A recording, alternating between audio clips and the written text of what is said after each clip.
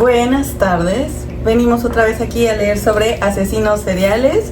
Vamos a hacer una lectura rapidísima de inicio. Yo soy Leili, bienvenidos a Leili Coffee and Books y vamos a seguir con esta bonita lectura, o más bien interesante lectura. Esta vez, vamos a ir directo a la lectura. Recuerden darle like, comentar y suscríbanse para que cuando yo suba actualización de esta lectura o nuevas lecturas, pues les llegue la notificación. Y también les iba a decir que vayan a ver la primera parte para que pues no se queden sin tanto contexto. Hoy vamos a empezar desde el desarrollo de conductas criminales. Lo primero que se tiene que tener presente y analizar es que el niño no tenga problemas genéticos. Se debe observar que el núcleo familiar no se contamina de conductas hostiles. Hay que entender el papel que juegan los progenitores en la mente de un niño. Quien tiene un hijo no debe ser indiferente con él. Debe brindarle un ambiente de amor, respeto, consideración y de armonía en el hogar. Cuando los métodos disciplinarios son agresivos, se crean traumas y problemas mentales en los hijos. Al tratar el tema de la sensualidad con X, se debe hacer de acuerdo a la edad y no ofrecerles mensajes erróneos. Los estudios del FBI al respecto reportan que los asesinos seriales, además de provenir de hogares disfuncionales, en su mayoría sufrieron traumas hasta la edad de 7 años que les dejaron huellas profundas en el subconsciente y que afectaron su personalidad. Dichos traumas se manifestaron en conductas destructivas conforme fueron creciendo hasta llegar a la edad adulta. Debido a que parte de ellos fueron sexualmente disfuncionales, vivieron con resentimiento y se volvieron agresivos y perversos sexuales. Disfrutaron al sentirse dominantes, torturando a sus víctimas solo por placer y casi nunca por motivos económicos. A mediados de los 90 se hicieron varios estudios sobre los asesinos seriales que estuvieron o están encargados y se tomaron las siguientes consideraciones para tratarlos como tales. Les recuerdo que toda la información que estamos leyendo aquí es gracias a Rosa McManus Soto, espero estarlo pronunciando bien, de Más Lectores. Es la edición y esta es la portada por si la quieren buscar, ¿sale? Vamos a seguir y recuerden también que hay palabras que voy a tener que estar cambiando o pausando por pues cuestiones y que el video no se quede en el inframundo del YouTube, ¿sale? Vamos a seguir. Mataron a más de 3 personas casi de la misma forma, ahí se me olvida, dejando un periodo de enfriamiento entre un nato y otro. Comúnmente decidieron personas vulnerables tales como niños, mujeres, jóvenes, ancianos, prostitutas, desertores y vagabundos. La víctima puede tener un valor simbólico representativo para sacrificarla. Por ejemplo, si el asesino tiene complejo de Edipo, odios a su madre o padre, puede elegir alguna persona con cierta semejanza. En este sentido, se analizaron los métodos para quitarle la vida a su víctima. Cada asesinato reflejó la necesidad del criminal para dominar. Tuvo conductas de sádico, ya saben, el cuerpo, cometió necroespaciofilia y caniespaciolismo en algunos casos. Los asesinos organizados planificaron sus fechorías y cómo deshacerse del cuerpo. En ciertas ocasiones esperó varios años para descargar su ira en alguien de su vida pasada. Sin embargo, los desorganizados eligieron sus víctimas al azar. En los resultados mostrados por los especialistas, por lo general fue en la madre de los asesinos seriales en quien recayó la culpa. Si hay una madre distante, fría, manipuladora, agresiva, muy activa sexualmente, muy sumisa o drogadicta, puede enfermar al niño. Los extremos no son buenos y quizá dentro de la sociedad se podría hacer más énfasis en el papel de la madre como tal y su responsabilidad para con sus hijos. También, justo iba yo a hacer el comentario de a los papás, bien gracias, ¿no? Pero aquí dice, también si el padre es agresivo, sádico, si maneja una doble moralidad, si golpea a los hijos y la madre no los defiende por miedo, por comodidad, se hace cómplice del maltrato.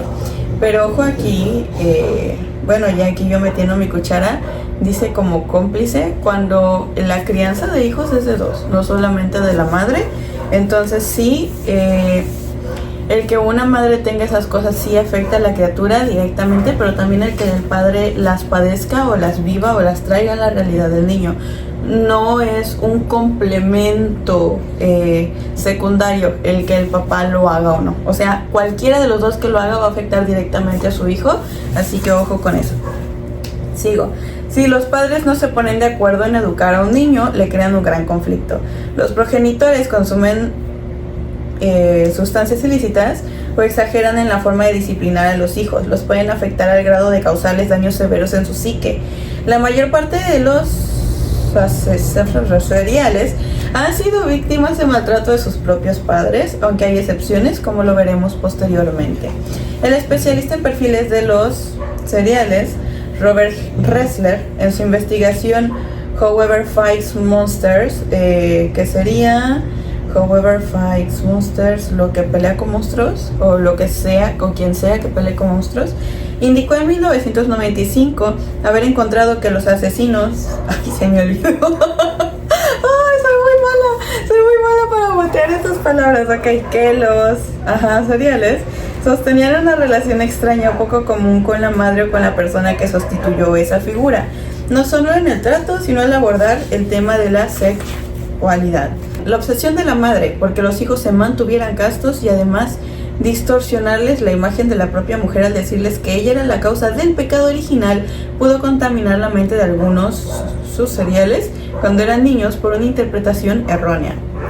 También se ha comprobado que algunas madres de asesinos seriales fueron sobreprotectoras y hablaron con sus hijos de las aberraciones que existen en la sociedad, de la maldad, y sus hijos presentaron falta de madurez. La sobreprotección excesiva no es normal porque el niño puede crecer con muchas inseguridades y miedos y eso le va a impedir integrarse en la sociedad. De hecho, el estadounidense Shirley Lynn Scott, al presentar varios estudios con los perfiles de asesinos seriales, señala: la madre en la mayoría de los casos es la culpable de causarle traumas a los hijos que los enferman y los motivaron a desvivir gente. No lo sé, mucha culpa a las mamás. ¿Qué pasó, doña Rosa?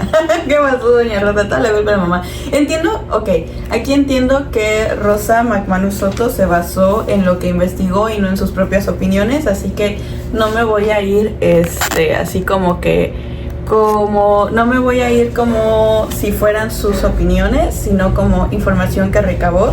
Sin embargo, sí me llama la atención como si es que estos... Quiero pensar que han sido estudios, vamos a checar por acá atrás, tiene que venir las referencias bibliográficas. ¿Cómo es que...? Sí hay. Y sí, los vamos a tener que checar.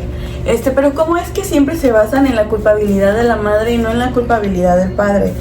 Bien es sabido que, por ejemplo, aquí en México, la estadística de hogares sin padres es muy grande, o sea, y hemos sido varios los que crecemos alejados de nuestros padres y no precisamente porque nosotros lo queramos o por culpa de nuestras mamás. Entonces, el que este libro se esté basando en que la culpa directa de cierta forma recae en la mamá no me está gustando, pero esa es mi opinión. Si alguien más tiene otra opinión, es completamente válido.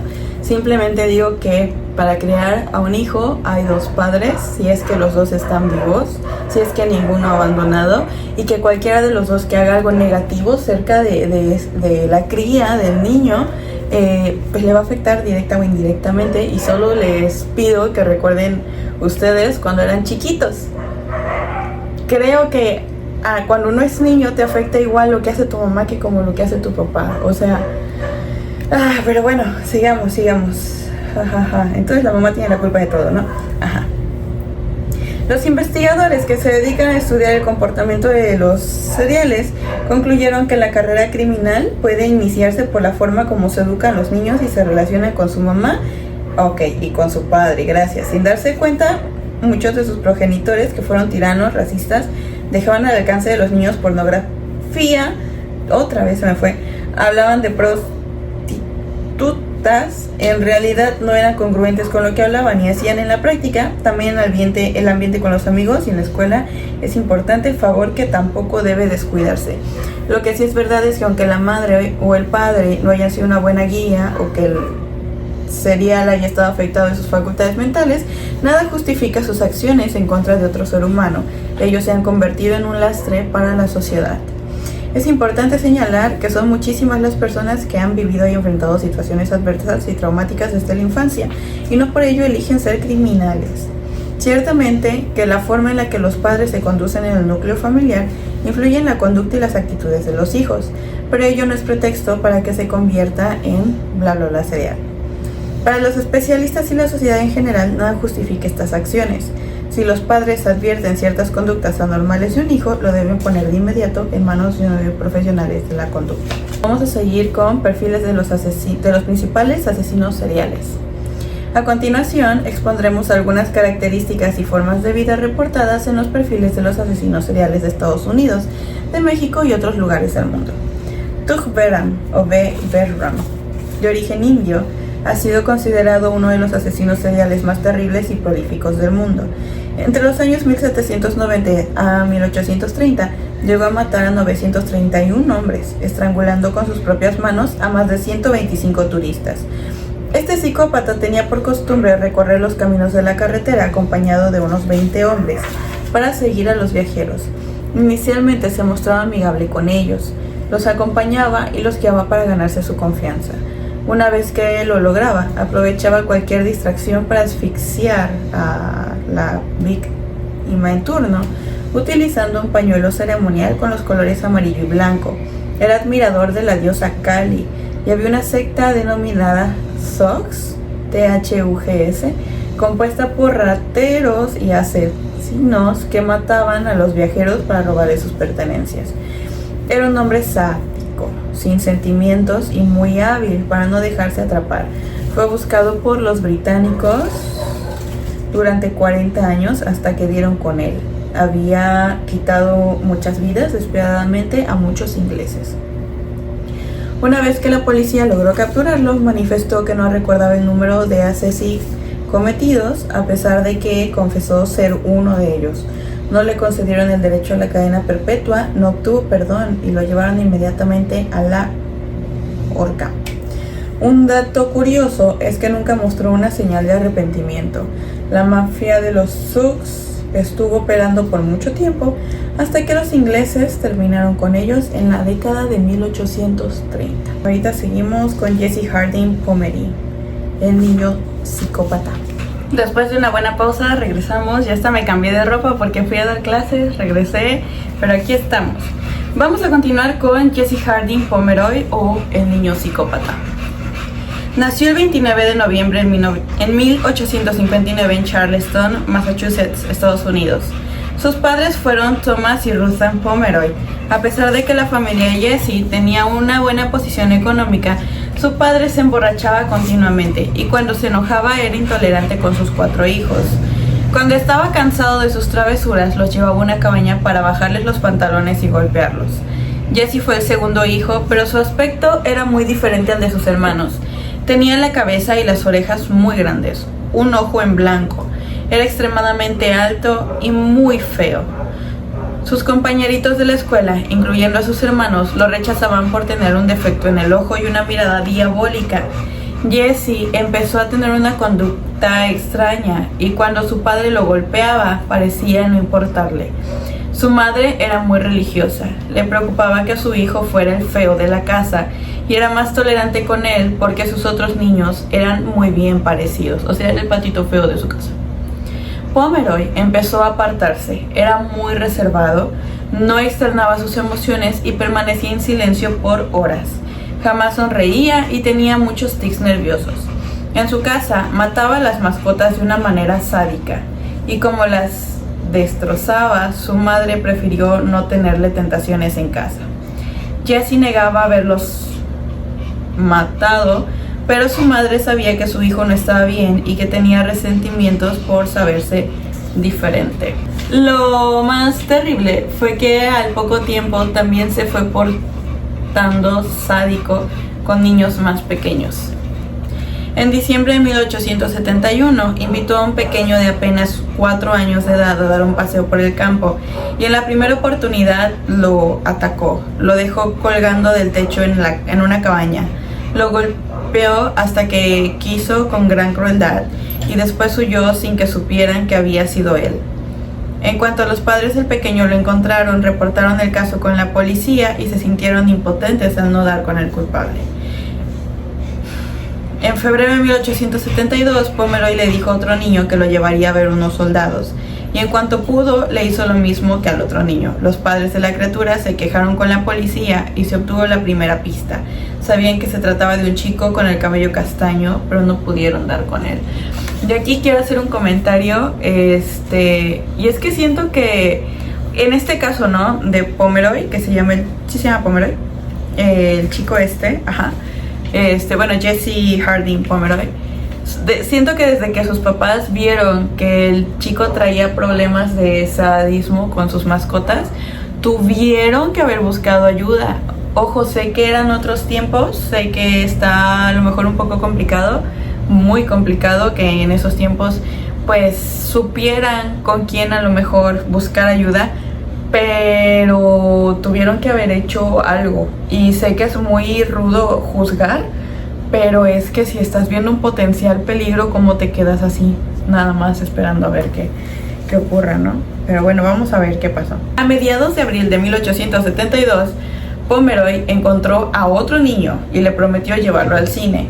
Después que caminaron un rato y de que lo había llevado a un lugar solitario, le quitó sus ropas y lo golpeó, obligándolo a echar maldiciones mientras él se hacía cosas a sí mismo y se llenaba de felicidad al ver la cara de sufrimiento del chiquillo.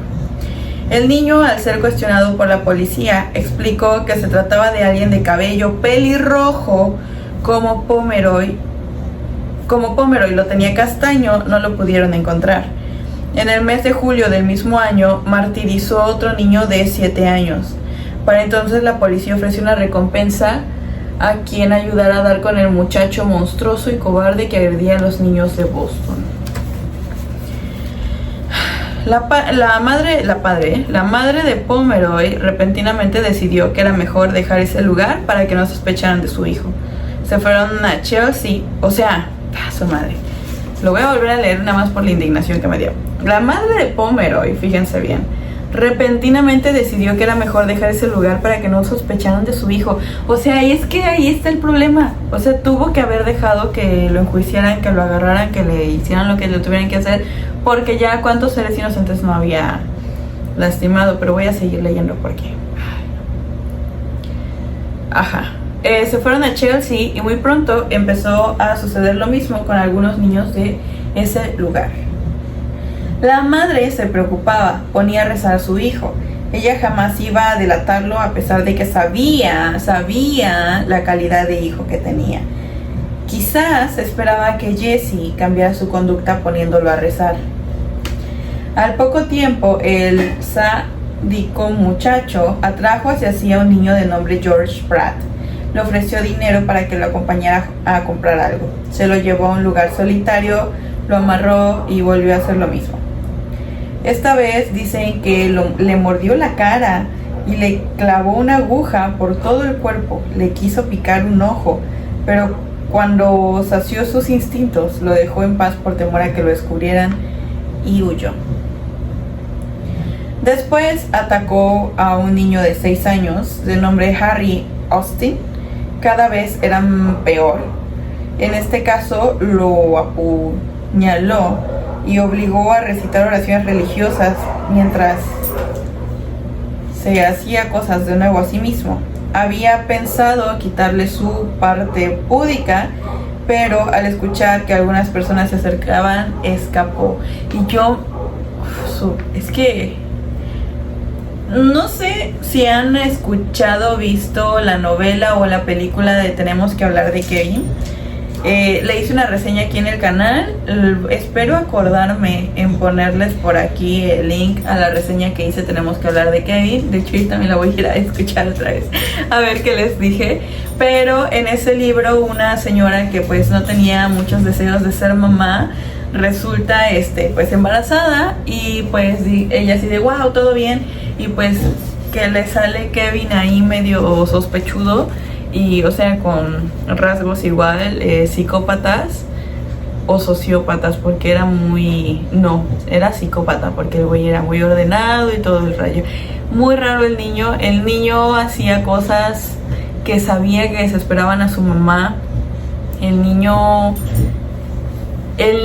Vaya, leer tenemos que hablar de Kevin te hace temerle a la maternidad, porque si bien es algo que se romantiza, lo cierto es que nunca sabes qué tipo de hijo es el que te va a tocar, y se toca el tema de cómo tú como madre, que no quería ser madre, enfrentas este tipo de circunstancias, ¿no? Entonces sí es algo muy duro.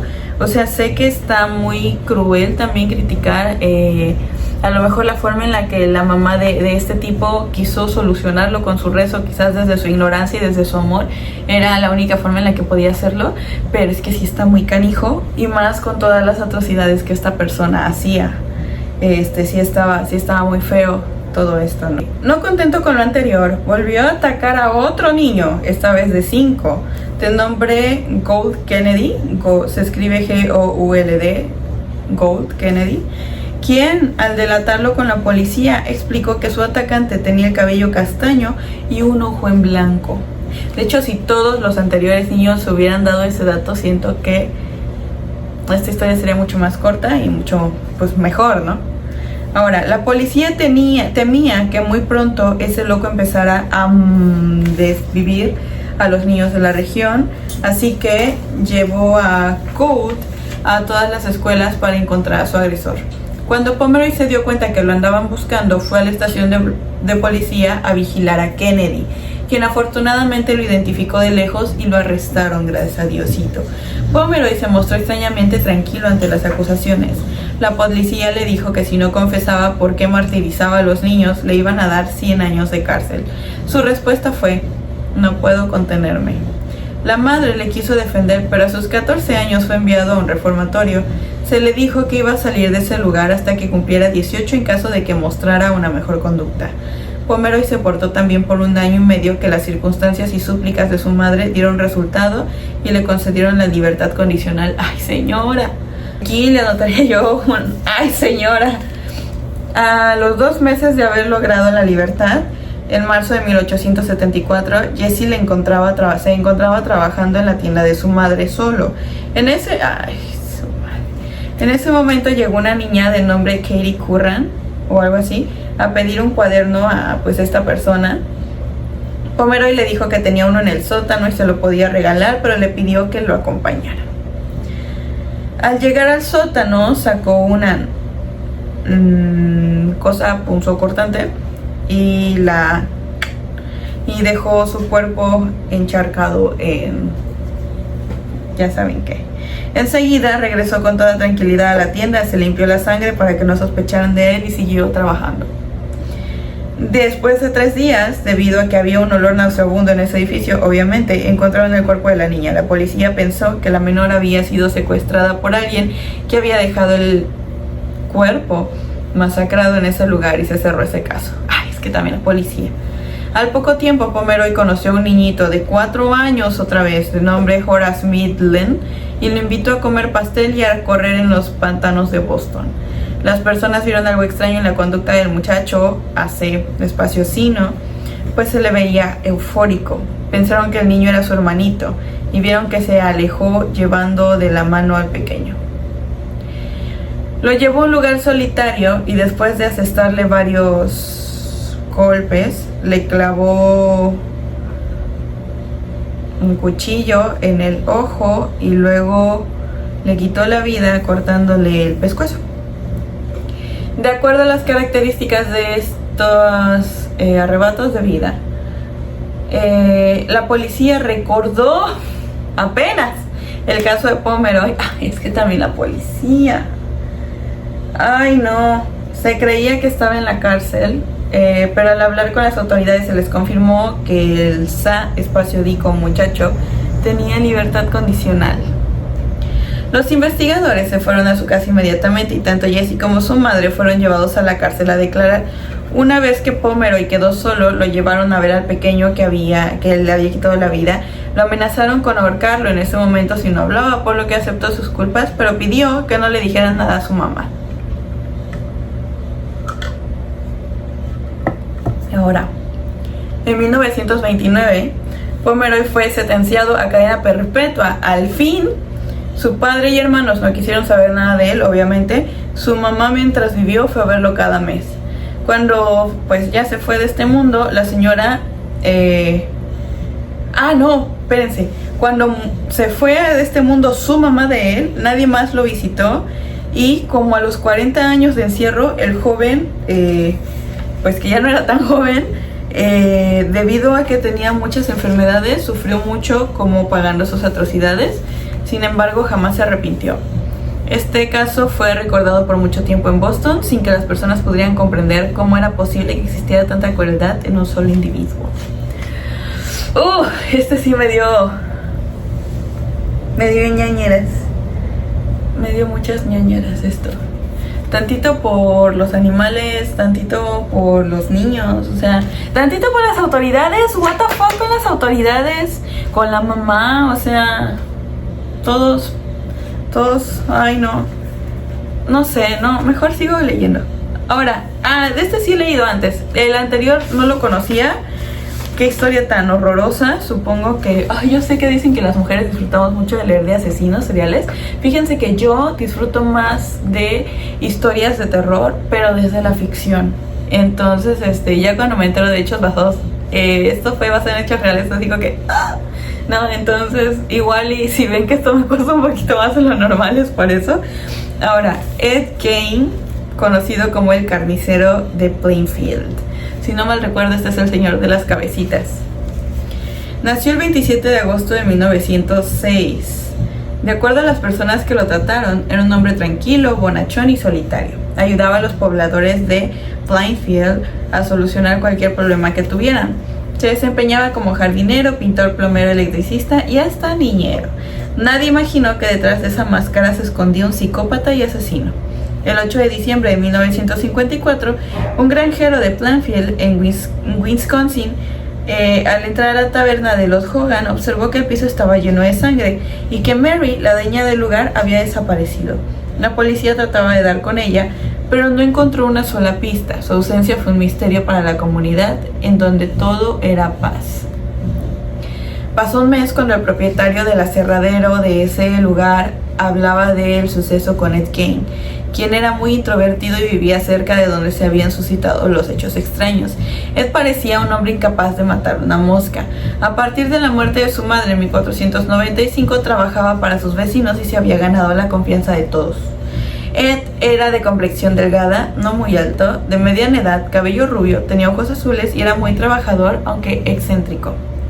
El propietario del aserradero recordó haber visto a Gein contemplando la taberna uno de tantos días después de la desaparición de Mary. Le dijo bromeando que si le hubiera declarado su amor a Mary, quizás estaría en su casa cocinando en vez de haber desaparecido. Gein le contestó sonriendo tímidamente que no estaba desaparecida, sino en su granja. El hombre pensó que era solo una broma. ¡Qué chistoso!, dijo. El 16 de noviembre se dio otros sucesos extraños. Ed decidió matar a la dueña de la ferretería de Plainfield y llevarse su cuerpo pues sin vida en una camioneta de su propiedad. No le importó dejar el suelo encharcado de sangre. En el libro de contabilidad de esa mujer apareció el nombre de Ed como último cliente. En él se anotaba que había comprado un anticongelante. Inmediatamente fue arrestado y 2 oficiales fueron a su granja. Al entrar a su casa encontraron el cuerpo de una mujer colgando de los pies sin la cabeza. Su cuerpo estaba rajado desde el pecho hasta el abdomen. La casa de Ed estaba desordenada y llena de inmundicia. Había huesos de cadáveres por doquier, incluso revueltos en donde guardaba las herramientas, las bolsas de basura y los desperdicios. Se le encontraron revistas por Nogales. Libros de terror y también había una dentadura sobre la mesa. La habitación que había sido de su madre estaba cerrada. Los oficiales empezaron a investigar a Ed, quien les comentó que había estado hablando con su madre después de que se fuera de este mundo desde hace un año y que solo había matado a Bernice Warden, o Warden, porque es con W. Que los restos de 9 cadáveres encontrados en esa casa los había sacado de un panteón cercano. Le dijo a la policía que cuando se enteraba de que algún vecino moría, iba a abrir las cajas y se los llevaba con él. Ed fue recluido en un hospital de enfermos mentales en donde se comprobó que era esquizofrénico, voyeur, fetichista, travesti y practicaba la necroespaciofilia. Padecía de una psicosis profunda proveniente de la relación que había sostenido con su mamá, otra vez culpando a las mamás. Padecía complejo de Edipo. Después de la muerte de su madrecita, deseaba tener una figura sustituta. El amor de su mamá le había sido negado y por ese motivo odiaba a las mujeres. Jane se quedó el resto de su vida en el hospital y murió el 26 de julio de 1984 por insuficiencia respiratoria. Ese mismo día fue enterrado en el cementerio de Plainfield, donde se encontraban los restos de su madre. Según yo, este era Jane, el de las cabecitas, ¿no? El que las servía y se hacían más chiquitas, pero igual y me estoy confundiendo de persona. Ahora, vamos a leer sobre Joseph Kallinger. Nacido en Filadelfia, Estados Unidos, el mes de diciembre de 1934, el padre de Kallinger, Joseph Lee, abandonó a su mamá biológica antes de que él naciera. Y ella a su vez lo dejó en adopción con la pareja formada por Esteban y Anna Kallinger, quienes desafortunadamente lo trataron con crueldad. Fueron muy estrictos con él. Una ocasión su padrastro le pegó con tanta fuerza que le causó una hernia y lo tuvieron que operar a los 6 años de edad. Pobrecito. Su mamá adoptiva, que era muy religiosa, le explicó que esa operación era necesaria para que se mantuviera casto y no se le desarrollara el miembro. Ay, señora. Joseph creció con ese trauma, lógicamente. Entre los castigos que le infligían era pegarle con cinturón, lo dejaban sin comer varios días, lo encerraban en un cuarto oscuro en los closets, lo hincaban sobre piedras y lo hacían caminar sobre sus rodillas ensangrentadas. Le daban de comer su propia pup y en especial la madre le quemaba las manos con fierros candentes y lloraba porque lo castigaban. A los 9 años de edad, Joseph fue atacado sexualmente por un grupo de vagos del vecindario. A los 15 años, estando en la escuela, se enamoró de una jovencita de nombre Hilda Bergman, con la que se casó aún en contra de la voluntad de sus papás. Al poco tiempo de esa relación, la joven quiso dejar a Joseph porque la maltrataba y se divorciaron. Él se sintió tan deprimido que estuvo recluido en un centro psiquiátrico por varios meses. En 1958 se volvió a casar, de cuyo matrimonio resultaron 5 hijos a los que les aplicaba los mismos castigos que él había recibido de niño. En 1972 estuvo bajo arresto. Sus hijos lo acusaron ante las autoridades de maltrato. Joseph quedó bajo arresto por el cargo de abuso de menores de edad. En la cárcel se descubrió que padecía de esquizofrenia paranoide. La esposa y sus hijos se compadecieron de él y retiraron los cargos en su contra, por lo que fue puesto en libertad. En 1974, Joseph forzó a su hijo Michael, de apenas 13 años de edad, a que lo acompañara a cometer crímenes en Baltimore, Maryland y New Jersey. En un periodo de 6 semanas robaron, asaltaron varias casas, donde él abusó de, ya saben qué forma, de algunos integrantes de 3 familias y le quitó la vida a 3 personas. La policía empezó a buscarlo. Joseph se ganaba la confianza de personas vulnerables, haciéndose pasar como vendedor al lado de su hijo. El 8 de enero de 1975 mató a una enfermera de 21 añitos en New Jersey. Hasta entonces la policía dio con él y su hijo, por lo que fueron arrestados en el mes de octubre del mismo año. Joseph sostuvo ante los tribunales que le había quitado la vida a las personas por mandato de Dios.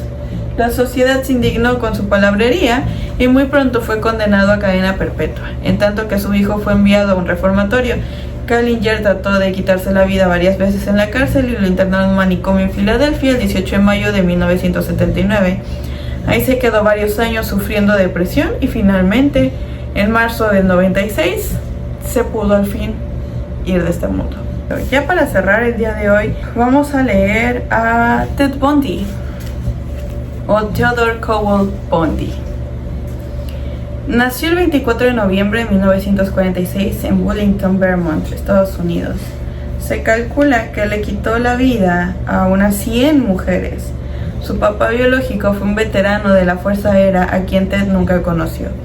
De niño le hicieron creer que sus abuelos maternos eran sus papás y que su madre biológica era su hermana. Se desarrolló en un ambiente de prejuicios y mentiras, aunque en una forma de vida holgada. Cuando tenía 14 años se fue a vivir con su madre al estado de Washington, quien se había casado con un cocinero del ejército de nombre Johnny Culpeper Bundy. En ese matrimonio tuvieron 4 hijos, pero Ted jamás se sintió parte de esa familia, a pesar de que llevaba el apellido de su padrastro y se había comportado de buena manera. Bundy, al hablar de su infancia, comentaba que su abuelo se desempeñaba como diácono de la iglesia, que era un tipo tirano, un racista que odiaba a los judíos, a los negros, a los italianos y católicos. Además, era muy cruel con los animales, debido a que este señor poseía libros y revistas de pornografía en un desván. Bundy y uno de sus primos se iban a leerlos y se quedaban horas en ese lugar fascinados. Su abuela era una mujer depresiva, sumisa y rara. Siempre estaba bajo tratamientos contra la depresión y además era agorafóbica, o sea, que le temía las aglomeraciones y no soportaba a la gente. También, siendo niño, Ted encontró un lugar cercano a su casa en donde se vendía todo tipo de pornografía violenta. Compraba lo más que podía y se hacía cosas a él mismo, tanto que se volvió adicto. Estaba obsesionado con el sexo. Un día de tantos empezó a cuestionarse si se sentiría mejor tener esas prácticas sexuales en vivo. Soñaba con hacer todo lo que veía en las revistas. Otra ocasión comentó que las personas vulnerables le incitaban a cometer abusos con ellas, que no lo podía evitar. Para él resultaba muy erótico verlas de esa manera, porque percibir en su rostro ese miedo a ser lastimadas era una verdadera incitación para él. Bundy confesó haber cometido 30 asesinatos, pero el número exacto de sus víctimas jamás se pudo saber con exactitud. Para seducir a las jovencitas, vio espaciolarlas y espaciotarlas. Se iba a buscarlas a la escuela más próxima a su casa y se fingía luxado de un brazo en el que usaba yeso para que le ayudaran. Bundy bebía alcohol antes de quitarles la vida y después de quitarles la vida practicaba necroespaciofilia. Una vez estando en la cárcel quiso fingir demencia con tal de que no lo mandaran a la silla eléctrica, pero pues no logró su objetivo. El 24 de enero de 1989 se le aplicó esta pena en Florida y sus últimas palabras fueron que pedía de favor que le brindaran amor a su familia y amigos. También habló de su adicción a la espaciografía y explicó que había sido la causa de todos sus males. Y bueno, esa fue la lectura hasta hoy. La próxima semana vamos a seguir con Edmund Kempler y de ahí hacia adelante. Una disculpa de antemano si estoy diciendo mal algunos nombres o lugares, o nombres de lugares o cosas así, porque la verdad luego sí como que se me cuatrapean mucho las pronunciaciones, en especial si no son en español y en inglés, y luego en inglés también la cajeteo bien feo. Ya vamos básicamente a la mitad, estamos acá, esto ya lo leímos y esto es lo que nos falta por leer. Siento que pudiera ser incluso una lectura a lo mejor más rápida que la de las leyendas de Orizaba, curiosamente.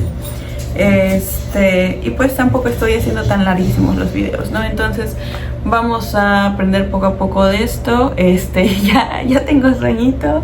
Y pues comenten, den like, compartan y lean mucho y les dejo los links pertinentes en la cajita de descripción. Los quiero mucho y esténse ahí atentos porque en una de estas les subo la reseña de Dexter. Un besito y bye.